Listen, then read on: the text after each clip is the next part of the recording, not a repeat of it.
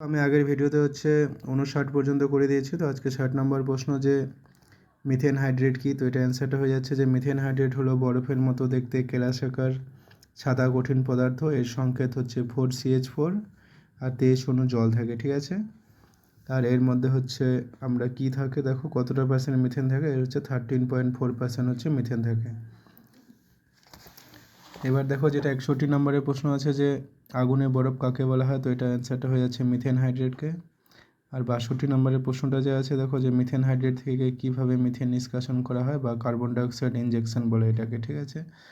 তো এটার অ্যান্সারটা হয়েছে যে উপযুক্ত পদ্ধতিতে মিথেন হাইড্রেটকে উত্তপ্ত করে বা এর কেলাসের মধ্যে কার্বন ডাইঅক্সাইড প্রবেশ করে মিথেন গ্যাসকে বের করে আনা হয়। এরপর অধিক চাপ প্রয়োগ করে সংকুচিত করা হয় এবং নির্দিষ্ট ট্যাঙ্কে সেটাকে সংগ্রহ করা হয়, ঠিক আছে। এইভাবে মিথেন হাইড্রেট গ্যাসকে সংগ্রহ করা হয়।